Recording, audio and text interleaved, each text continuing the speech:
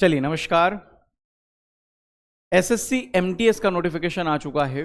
अगर आप 10th पास हैं या आपने 10th पास कर रखी है तो आप लोगों के लिए बहुत ही अच्छी है, एक जॉब होने वाली है एसएससी एमटीएस की। अच्छे खासे पद आए हुए हैं और एसएससी एमटीएस क्या होता है, इसमें क्या काम करना होता है, वैकेंसीज कितनी हैं, क्या और बढ़ सकती है, सिलेबस क्या रहेगा, एग्जाम पैटर्न क्या रहेगा, आयु क्या रहेगी, भाई सब कुछ जानेंगे इस आज की वीडियो में। एसएससी एमटीएस का नोटिफिकेशन रात को आ गया था और रात से ही इसके फॉर्म भरना जो है शुरू हो चुके हैं। आप अगर देखें तो 27/6 से आपके फॉर्म भरना शुरू हो चुके हैं और 31/7 तक आप लोगों के फॉर्म भरे जाएंगे। मतलब कि 27 जून से ही फॉर्म भरना शुरू हो गए हैं और 31 जुलाई तक आप लोगों के फॉर्म भरे जाएंगे। इस बीच में आप भर दें, 31 जुलाई को रात 11 बजे फॉर्म भरना आप लोगों के बंद हो जाएंगे। आपकी जो एग्जाम है वो अक्टूबर नवंबर में होगी। 10th पास सभी स्टूडेंट्स के लिए बहुत ही अच्छी एक खबर है एसएससी एमटीएस की। हालांकि एसएससी अपना कैलेंडर हर बार ही जारी कर देता है जिससे हमें पता रहता है कि कौन सी वैकेंसी आने वाली है, और मैं लगातार आप लोगों से कह रहा था कि एसएससी एमटीएस की वैकेंसी 27 तारीख के दिन आ ही जाएगी। वैसा ही हुआ। अक्टूबर नवंबर 2024 में आप लोगों की एग्जाम हो जानी, मतलब अभी चल रहा है जून खत्म समझ लीजिए जुलाई में, तो जुलाई अगस्त सितंबर 3 महीने अगर हम मोटे मोटे माने तो 3 महीने बाद आपकी एग्जाम है। मतलब आज से भी अगर कोई बंदा, मैं आपको बताऊंगा कि सिर्फ 2 सब्जेक्ट पढ़ने हैं आप लोगों को और आपका सिलेक्शन होगा डायरेक्ट एसएससी एमटीएस पर। सिर्फ 2 सब्जेक्ट, उसमें से भी मुझे लगता है एक तो आपने बहुत अच्छे से पढ़ रखा है, दूसरे सब्जेक्ट पर थोड़ा फोकस करने की जरूरत है।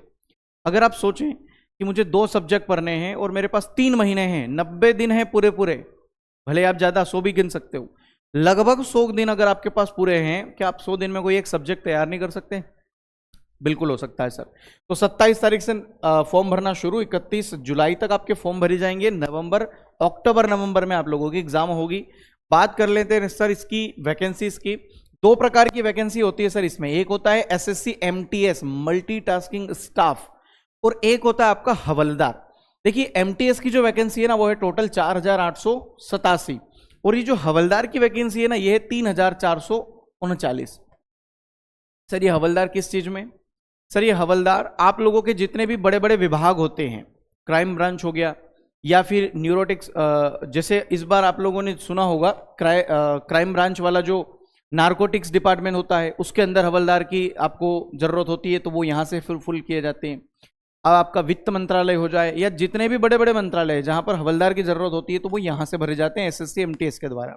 अच्छा ये एमटीएस क्या होता है सर? एमटीएस के अंदर क्या काम करना रहता है? आप एमटीएस को यह समझ लीजिए कि ऑफिस में कोई आपको बाबू का काम दे दे, जैसे कि आपको सबसे पहले तो दस्तावेज से संबंधित काम करना है।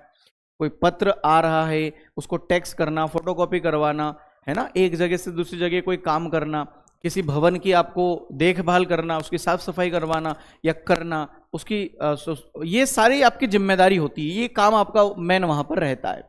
ठीक है, 10th पास योग्यता है मेरे भाई, और क्या चाहिए? तो बेस्ट है। एमटीएस के अंतर्गत और हवलदार के अंतर्गत कुल मिलाकर अगर आप देखें तो ये लगभग 7,500 से ज्यादा वैकेंसीज हैं और 10th पास है। अच्छा एक में सिर्फ हमको पेपर ही देना है, दूसरे में हवलदार के लिए आप लोगों का फिजिकल जो है वो होता है, वो भी बहुत नॉर्मली है। तो ये तो वैकेंसी हो गई एमटीएस और हवलदार की, कुल मिलाकर 7,500 प्लस वैकेंसीज। अगर एज लिमिट की बात करें तो इसकी जो एज लिमिट है ना मेरे भाई, अगर आप एमटीएस के लिए अप्लाई करते हो तो आपकी आयु 18 साल से 25 साल होनी चाहिए और उसके अलावा आपको आयु में छूट दी जाती है। अगर आप एसटी एससी वाले हैं तो 5 साल का आपको रिलैक्सेशन मिलेगा। अगर आप ओबीसी वाले हैं तो 3 साल का आपको रिलैक्सेशन मिलेगा। और बाकी अलग अलग कैटेगरी में जो फिजिकल हैंडीकैप वगैरह होते हैं या कोई एक्स सर्विसमैन है तो उनके अलग अलग आयु में छूट रहता है। तो अगर आप एमटीएस के लिए अप्लाई कर रहे हैं तो 18 से 25 साल का यहाँ पर रिलैक्सेशन होता है। और अगर आप मान लीजिए हवलदार के लिए अगर अप्लाई कर रहे हैं तो आपकी उम्र 18 से 27 साल होनी चाहिए और इसके अलावा 5 साल 3 साल वगैरह का आपको छूट दी जाती है। मतलब कि अगर आप अप्लाई करना चाहते हैं और अगर आप मान लीजिए कि मैं एसटी या एससी से हूं तो 5 साल और जोड़ लीजिए, मतलब 18 से 30 साल तक का हूं अगर मैं, तो फॉर्म भर सकता हूं। अगर मैं हवलदार के लिए अप्लाई करता हूं तो 7 और 5 कितना हो जाता है? 32 साल तक आप जोड़ लीजिए भैया, मैं 32 साल तक का अगर हूं तो फॉर्म भर सकता हूं हवलदार के लिए। तो बहुत ही बढ़िया ये जॉब होती है। अगर आप देखें तो सिर्फ एक एग्जाम पास करना है, कोई प्री मेंस का लफड़ा नहीं, कुछ नहीं। फिजिकल भी इतना ढीला कि आप आराम से चलते चलते हंसते हंसते मुस्कुराते हुए कर दोगे पार। चलिए सर बात करते हैं मैं बता ही चुका हूं भैया कि एजुकेशनल क्वालिफिकेशन जो है वो आप लोगों का होना चाहिए। अच्छा एक बात और, यहां पर एक बात ध्यान रखिएगा, एज लिमिट को इन्होंने 1 अगस्त 2024 तक की माना है कि आप 1 अगस्त 2024 तक तो एनी हाउ भाई हो ही जाना इतने साल के, जितना मैंने कहा है। पूरा लिखा हुआ है यहां पर कि 2/8/1999, 2 अगस्त 1999 से आप पहले नहीं जन्मे होना चाहिए और 1 अगस्त 2006 के बाद नहीं जन्म होना चाहिए आपका। लेकिन आपका इस अकॉर्डिंग आपकी जो कैटेगरी उसके अकॉर्डिंग रिलैक्सेशन मिलता है आपको। तो आपको ये नहीं सोचना है कि मेरा जन्म तो 98 का है, 97 का, 96 का है। आप ये भी तो देखो कि आपकी कैटेगरी क्या है। अगर आप ST SC वाले हैं तो 5 साल और जोड़ लो, ठीक है। चलो, तो 1 अगस्त 2024 से आप लोगों की जो एज है वो काउंट की जाएगी। एजुकेशनल क्वालिफिकेशन भी आपकी 1 अगस्त 2024 के अकॉर्डिंग ही यहां पर मेजर की जाएगी। मतलब कि अगर कोई बंदा है जिसने हाल ही में अगर अभी इसी साल अगर 10th पास भी किया है और अगर उसका रिजल्ट 1/8/2024 से पहले आ गया है तो वो भी इस एग्जाम के लिए अप्लाई कर सकता है। 10th पास वाले के लिए, सबके लिए ये मौका है। 10th पास होना चाहिए आप लोगों का, उसके अलावा आपसे कुछ भी नहीं मांगा गया है। बस ये है कि 1 अगस्त 2024 से पहले 10th पास कर लो, ठीक है। चलिए, अगर एप्लीकेशन फी की बात करें तो SSC की तो हर एग्जाम की फीस सिर्फ 100 रुपये ही होती है मात्र। और उसमें भी भैया आप लोगों की वुमन जो हो जाए, ST SC हो जाए या फिर जो फिजिकल हैंडीकैप वगैरह है उन लोगों के लिए तो ये बिल्कुल नहीं होती है। तो सिर्फ OBC और जनरल वालों के लिए 100 रुपीज़ है। बाकी मैंने बता दिया वुमन ST SC वगैरह के लिए तो होती भी नहीं है। तो 100 रुपये फीस मात्र है। अगर आप ऐसे ही मजाक मजाक में भी भर देते हो तो कोई दिक्कत की बात नहीं है, लेकिन आपको मजाक में नहीं लेना है, इसको सीरियसली लेना है। एक एग्जाम पास करके आप लोगों की जो। चलिए आगे बढ़ते हैं, सिलेबस की बात करते हैं। देखिए सबसे इंपॉर्टेंट है इसमें 2 सेशन होते हैं, सेशन 1 सेशन 2। अलग अलग एग्जाम नहीं होती है प्री मेंस में, एग्जाम एक ही होती है। जैसे आप एग्जाम सेंटर से अंदर गए तो आपको ये दोनों पेपर देकर ही बाहर आना है। ऐसा नहीं है कि ये देखकर आपको छुट्टी दे दी फिर ये अगले दिन कभी बुलाया जाएगा। पहले होगा आपका मैथ्स और रीजनिंग का टेस्ट। मैथ्स और रीजनिंग के आपको 20-20 क्वेश्चंस मिलेंगे और हर क्वेश्चन 3 नंबर का रहेगा। मतलब मैथ्स के भी 20 क्वेश्चन 60 नंबर के, रीजनिंग के भी 20 क्वेश्चन 60 नंबर के। तो कुल मिलाकर 40 प्रश्न होते हैं और 120 नंबर का ये पेपर होता है और ये सिर्फ क्वालिफाई होता है। आपको इसमें बिल्कुल भी लोड लेने की आवश्यकता नहीं है। अगर आपको थोड़ी बहुत भी मैथ्स आती है, और इसका सिलेबस तो बिल्कुल हलवा होता है, अगर आपको थोड़ी बहुत भी मैथ्स आती है या रीजनिंग आती है तो आप समझ लो कि आपने क्वालिफाई कर लिया। मैं बताऊं आपको कि कितने हाईएस्ट क्वेश्चंस अगर आप कर देते हो ना, 8, 10, 12 प्रश्न भी अगर कर देते हो इस 40 में से, तो आप पास हो भैया। आपको अगला पेपर देने की अनुमति मिल गई, क्वालिफाई हो गया आपका पेपर। अगला पेपर आप लोगों के लिए इंपॉर्टेंट है मैथ्स रीजनिंग का। यहां पर अगर आपने थोड़ी बहुत भी आती है या थोड़ी बहुत भी सीख ली तो मैं कह रहा हूं आपका पेपर क्वालिफाई। और बहुत लल्लू आता है, आप खाली रीजनिंग के 8 प्रश्न कर सकते हो यार, मैथ्स तो छोड़ दो, है ना। चलिए अगला सेशन 2 जो है वो हमारे लिए बहुत इंपॉर्टेंट है। ये है जीके और इंग्लिश। मैंने पहले ही बता दिया कि 3 महीने आपके पास पूरे पूरे हैं, जुलाई, अगस्त, सितंबर, अक्टूबर, नवंबर में एग्जाम है। तो अक्टूबर लास्ट में, नवंबर फर्स्ट में, मैं तो कहता हूं अक्टूबर मान लो 1 तारीख को एग्जाम है तो भी 3 महीने हमारे पास पूरे पूरे हैं। हमने जीके तो हर एग्जाम के लिए पढ़ रखा होता है, चाहे आप एसएससी की कोई भी एग्जाम की तैयारी करो, रेलवे की करो या और किसी स्टेट लेवल की करो। 25 क्वेश्चन आएंगे आपके जीके के और हर क्वेश्चन 3 नंबर का होगा। 75 नंबर का ये पेपर होगा आपका जीके का। और दूसरा 25 क्वेश्चन आएंगे आपके इंग्लिश के, हर क्वेश्चन 3 नंबर का होगा और ये भी 75 नंबर का पेपर हो गया। मतलब 50 प्रश्न है और 150 नंबर का पेपर है और आप लोगों की मेरिट यहीं से बनेगी। सेशन 2 ही इंपॉर्टेंट है, बाकी कोई आप लोगों के लिए इंपॉर्टेंट नहीं है। ये 50 क्वेश्चन इंपॉर्टेंट है, 150 नंबर इंपॉर्टेंट है और इसी 150 से आपकी मेरिट बननी है। मैथ्स रीजनिंग तो सिर्फ आप लोगों का क्वालिफाई है। आपका 45 मिनट का समय दिया जाएगा पहले इन मैथ्स रीजनिंग को सॉल्व करने के लिए। आप अगर 45 में से, मतलब ये 40 में से अगर 40 ही प्रश्न कर देते हैं तो भी ये नंबर आपके नहीं जुड़ेंगे। आप 10 करके अगर एक नींद भी निकाल लोगे तो भी कोई फर्क नहीं पड़ता। आपको सिर्फ क्वालिफाई नंबर लाना है। मैं बताऊंगा कितने कितने क्वेश्चन सही करने, कितने % क्वेश्चन सही करने, बस उसके अलावा कोई नहीं है। 45 मिनट होते ही अपने आप ये हट जाएगा और ये वाला सेशन शुरू हो जाएगा जिसमें जीके के 25 और इंग्लिश के 25 क्वेश्चन आएंगे। पूरी स्ट्रेटजी आगे डिस्कस करेंगे कि इंग्लिश कैसे पढ़े सर, क्योंकि सबसे ज्यादा तो इंग्लिश वाले ही दिक्कत में होते हैं। इंग्लिश ऐसा लगता है जैसे कि भैया हमारे ऊपर पर्वत आ गया। बात करेंगे उसके बारे में भी, क्योंकि इतनी शानदार जॉब आपको पूरे इंडिया में और किसी एग्जाम में नहीं मिलेगी। चलिए देखो यहां पर लिखा हुआ है ये यूआर, अगर आप अनरिजर्व्ड हैं तो आपको 30% नंबर लाने हैं टोटल। यहां पर कितने, 120 नंबर का पेपर है, उसका खाली 30% नंबर लाना है। मतलब कि अगर आप खाली 36 नंबर ले आते हो ना तो ये आप पास हो। सिर्फ 36 नंबर। अब 36 नंबर लाने के लिए 8 2 16 8 24 होता है, 9 2 18 9 3 27 होता है। अरे अब 12 क्वेश्चन सही कर दो, खाली खाली 12 क्वेश्चन सही कर दो भैया आप लोग। 12 क्वेश्चन अगर आप सही कर दिए ना तो आपका काम बन गया। आप सोच लो, 12 2 24 12 3 36। अगर आप जनरल वाले हो और अगर आपने सिर्फ 40 में से 12 क्वेश्चन सही कर दिए, आपका ये क्वालिफाई हो गया भैया। अगर आप एसटी एससी या ओबीसी वाले तो देखो 30 से तो और कम लाना है, मतलब आपको तो 10 क्वेश्चंस के आसपास ही सही करना है। तो मैथ्स रीजनिंग का तो बहुत ज्यादा लोड लेना ही नहीं है। अगर आपको आता है तो बहुत अच्छी बात, नहीं आता है तो आपको बता दिया जाएगा इंपॉर्टेंट टॉपिक, और हम यूट्यूब पे ही क्लास ले लेंगे उसकी तो, और आप लोगों को एक्स्ट्रा पढ़ा दिया जाएगा। उसके लिए कोई लोड नहीं है, लोड यहां पर लेना है आपको, और इसके बारे में मैं आगे बात करने वाला हूं। इसके लिए भी 45 मिनट ही दिया जाएगा, इसके लिए भी 45 मिनट। कोई ऐसा सोच रहा होगा कि सर एक काम करते हैं, फिर तो इन 40 क्वेश्चंस को तो हम 10-12 मिनट में निपटा देते हैं और फिर डायरेक्ट यहां आ जाते हैं, तो अच्छा खासा समय ले लेंगे। नहीं भाई, 45 मिनट पूरा इसको देना ही पड़ेगा। मैंने कहा 45 मिनट के पहले आपका ये सेशन 2 आ ही नहीं सकता, अपने आप बदल के आ जाएगा सेशन 2। आपको कुछ करने की भी जरूरत नहीं है। 45 मिनट हुए हट जाएगा ये अपने आप आ जाएगा। और इस 45 में ये इंपॉर्टेंट है। हालांकि 45 मिनट बहुत है मेरे भाई, करना क्या है, जीके का क्वेश्चन पढ़ना है, टिक करना है। उसके अलावा इंग्लिश में आप लोगों को करना है 25 क्वेश्चन अटेम्प्ट, बहुत आसान होता है। 10th लेवल पे आप लोगों का एग्जाम हो रहा है तो सोच लीजिए पेपर का लेवल बहुत ज्यादा नहीं होता है। चलिए, अगर इसके हम सिलेबस की बात करें तो ये मैथ्स का सिलेबस है। नॉर्मली सारे वो टॉपिक जो आप लोगों को बहुत आसान से लगते हैं, जिसमें आप लोगों का देखिए एलसीएम एचसीएफ आ जाता है, परसेंटेज आ जाता है, बोर्ड मास आ जाता है, रेशियो एंड प्रोपोर्शन आ जाता है, वर्क एंड टाइम आ जाता है, डायरेक्शन आ जाता है, उसके अलावा एवरेज आ जाता है, सिंपल इंटरेस्ट आ जाता है, प्रॉफिट एंड लॉस आ जाता है, और ये छोटे छोटे जो बिल्कुल आसान से टॉपिक, आसान से क्वेश्चंस। रीजनिंग की अगर हम बात करें तो वही सारी चीजें, सीरीज है, कोडिंग डिकोडिंग है, एनालॉजी है भैया, क्लासिफिकेशन है, यहाँ पर आप लोगों का डायरेक्शन है, यही सारी नॉर्मली जनरल चीजें, ठीक है। और ये तो वैसे भी क्वालिफाई है, तो आप यहाँ पर मुझे नहीं लगता कि ज्यादा लोड लेंगे। लोड यहाँ पर लेना है, यहाँ जनरल अवेयरनेस। इसमें आप लोगों को 4 सब्जेक्ट जो हमेशा से आप पढ़ते आए हैं वही आपके इंपॉर्टेंट है। सबसे पहले आप लोगों का history, geography, art and culture, civics आ जाएगा, उसके बाद इकोनॉमिक्स आ जाएगा, फिर जनरल साइंस आ जाएगा, एनवायरमेंट आ जाएगा 10th स्टैंडर्ड के हिसाब से। मेन अगर देखा जाए तो देखिए हिस्ट्री, ज्योग्राफी, पॉलिटी, इकोनॉमी, ठीक है। और इसके अलावा आ जाता है आपका करंट अफेयर, साइंस के जो नॉर्मली पार्ट्स होता है वो, और एनवायरमेंट।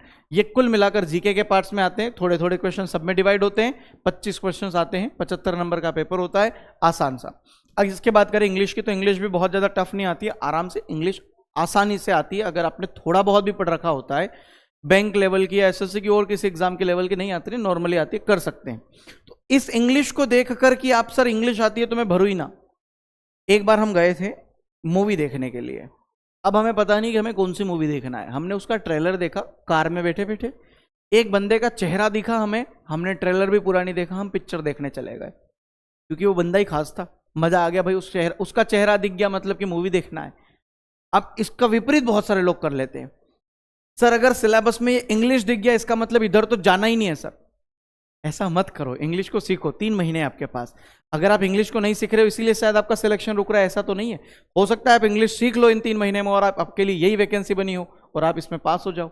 सीखना चाहिए हर चीज को, हर एक सब्जेक्ट जो आपको पसंद ना हो ना उस पर ज्यादा ध्यान दो, फोकस करो। और पढ़ने तो 2 ही सब्जेक्ट हैं, जीके और इंग्लिश। दिन रात एक ही काम, इंग्लिश जीके, एसएससी एमटीएस पार। इंग्लिश कम आता है तो ज्यादा समय दे दो, आधा दिन दे दो इंग्लिश को, अरे कम समय दे दो जीके को अगर अच्छा आता है तो, है कि नहीं। तो कर सकते हैं, कोई चीज इम्पॉसिबल नहीं है। जो लोग लगेंगे वो भी तो इंग्लिश सीख के ही लगेंगे भाई, 10th लेवल की एग्जाम है। चलिए, तो बहुत ही अच्छा एग्जाम है, आप चाहे तो बहुत अच्छा है। अगर ऐसा सोच लिया है दिमाग में कि मैं कर ही नहीं सकता तो फिर आपको कोई करवाने वाला है भी नहीं। अगर सोच लोगे तो कर सकते हो। हाँ जी, फिजिकल जो होता है वो किसके लिए होता है सर? जो हवलदार की पोस्ट होती है उसके लिए फिजिकल होता है। और फिजिकल में यहां पर देखिएगा रनिंग भी नहीं लिखा है भाई, वॉकिंग लिखा है। आप तो आराम से चलो, कछुए की चाल, आराम आराम से चलो। आपको 15 मिनट दिए जाएंगे और 1600 मीटर आप लोगों को चलना है, दौड़ना नहीं, चलना है। 1600 मीटर मतलब 1.5 किलोमीटर लगभग, या उससे थोड़ा सा ज्यादा। आपको 15 मिनट के अंतर्गत जाना है। 15 मिनट बहुत होते हैं, आर्मी वाले तो 4-4, 3-3 मिनट में, आई थिंक 3 मिनट या 2 मिनट ऐसे कुछ में दौड़ते हैं। 3 मिनट होगा, 3 मिनट या 4 मिनट के अंतराल आर्मी वाले 1600 मीटर दौड़ जाते हैं। आपको तो उसका 4-5 गुना दिया जा रहा है, समझ रहे हो? तो भाई साहब 1600 मीटर आपको 15 मिनट में पार करना है। अगर आप ऐसे जॉगिंग करते करते भी सुबह सुबह के चक्कर में गए ना, आराम से पार हो जाओगे। ये मेल के लिए। फीमेल के लिए तो 20 मिनट दिए जा रहे हैं, वो भी 1 किलोमीटर के लिए। 1 किलोमीटर जाना है आपको, सिर्फ 1 किलोमीटर, और उसके लिए 20 मिनट दिए जाएंगे। आराम से आप अपनी सहेली के साथ चर्चा करते करते जाओगे तो 1 किलोमीटर ऐसे ही निकल जाएगा। तो सर ये फिजिकल आपका हो गया। इसके अलावा होता है हाइट और चेस्ट। देखिए मेल के लिए अगर हम बात करें तो हाइट होती है 157.5 सेंटीमीटर, ये हाइट आपकी होनी चाहिए।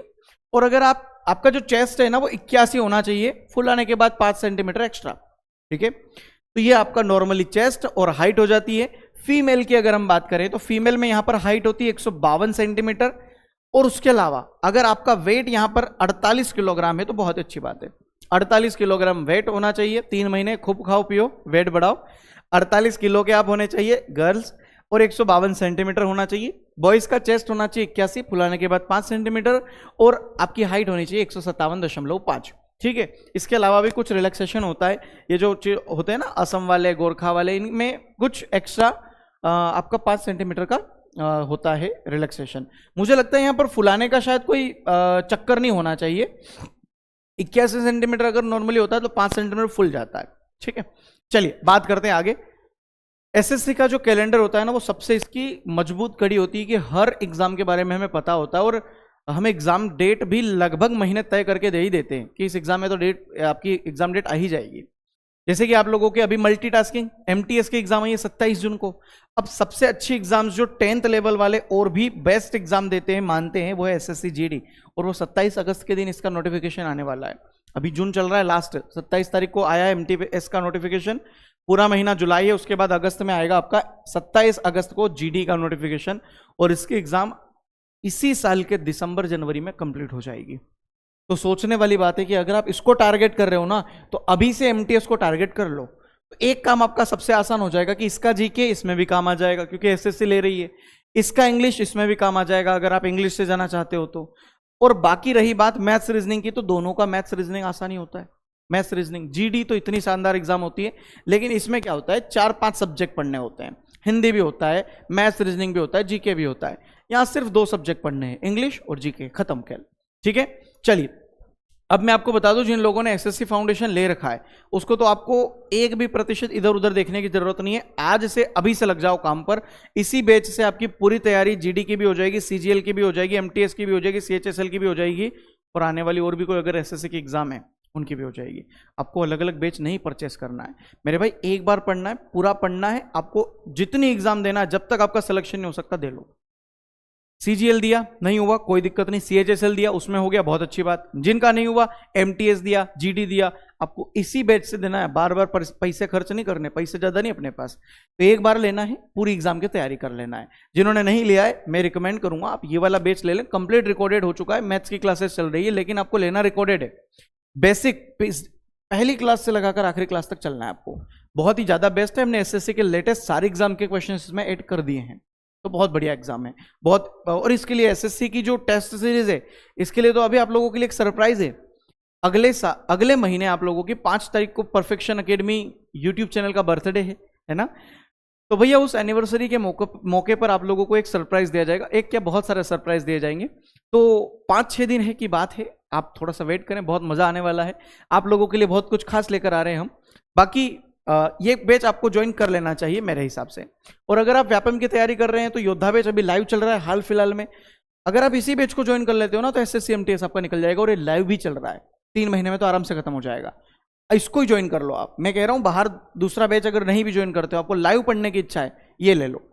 इंग्लिश की लाइव भी चल रही है क्लास, मैथ्स रीजनिंग की चल रही है, और आप लोगों का जीके की भी लाइव क्लासेस चल रही है। ये बेस्ट है, ये ले लीजिए आप, ठीक है। चलिए, और आप रेलवे की तैयारी कर रहे हैं तो रेलवे का कोर्स आपको मिल जाएगा, ठीक है। और मेरा हमेशा से ये रहता है कि अलग अलग एग्जाम के लिए अलग अलग कोर्सेज बनाते जरूर है सभी टीचर्स, लेकिन पढ़ाते वही है जो उनको पता है। और हम जानते बहुत अच्छे से कि भैया शक्तिमान ही गंगाधर है, गंगाधर ही शक्तिमान है। तो ये बस लोगों की मेंटेलिटी होती है कि सर इसके लिए ये, इसके लिए, इसके लिए, तीनों एक ही होता है। अगर मैं सच बताऊं तो आप कंपेयर कर सकते हो किसी चीज से, ठीक है। मैं सच बता रहा हूं जो आप लोगों के लिए इंपॉर्टेंट है। चलिए बाकी फिर आप लोगों की इच्छा है। हाँ, तो एसएससी एमटीएस का बहुत ही शानदार, और इसकी वैकेंसीज मुझे इस बार बहुत अच्छी लग रही। लास्ट टाइम इसकी वैकेंसीज कम आई थी, नीचे वाली वैकेंसी तो कुछ 800 के आसपास थी और ये भी 1500 के आसपास थी। इस बार तो वैकेंसी 7,500 के प्लस है। ये भी बढ़ सकती है, हर बार बढ़ती है हर एग्जाम की, तो ये भी बढ़ सकती है सर। तो बढ़ने के पूरे चांसेस है, लेकिन इतनी भी रहती है तो काफी है, हमें तो एक पोस्ट चाहिए। तो बहुत अच्छा है, एग्जाम पैटर्न अच्छा है, मुझे बहुत अच्छा लगा। अगर आप थोड़ी मेहनत करते हो तो आराम से इंग्लिश को कवर कर सकते हो। 3 महीने आपके पास, जो बेस्ट टीचर लगे उससे पढ़ लो, लेकिन 3 महीने है, पूरा पढ़ लो, सीख जाओगे इंग्लिश, ये गारंटी। ठीक है, चलिए अगर कोई बात रह गई है तो कमेंट बॉक्स में कमेंट कर दीजिएगा। बाकी आप लोगों की जो बहुत जल्द है मैथ्स, रीजनिंग और बाकी सब्जेक्ट की क्लासेस यूट्यूब पर भी हम शुरू करने की कोशिश करेंगे, और आपको मैंने बैच के बारे में बता दिया है। चलिए तो बाय बाय, टेक केयर, जय हिंद।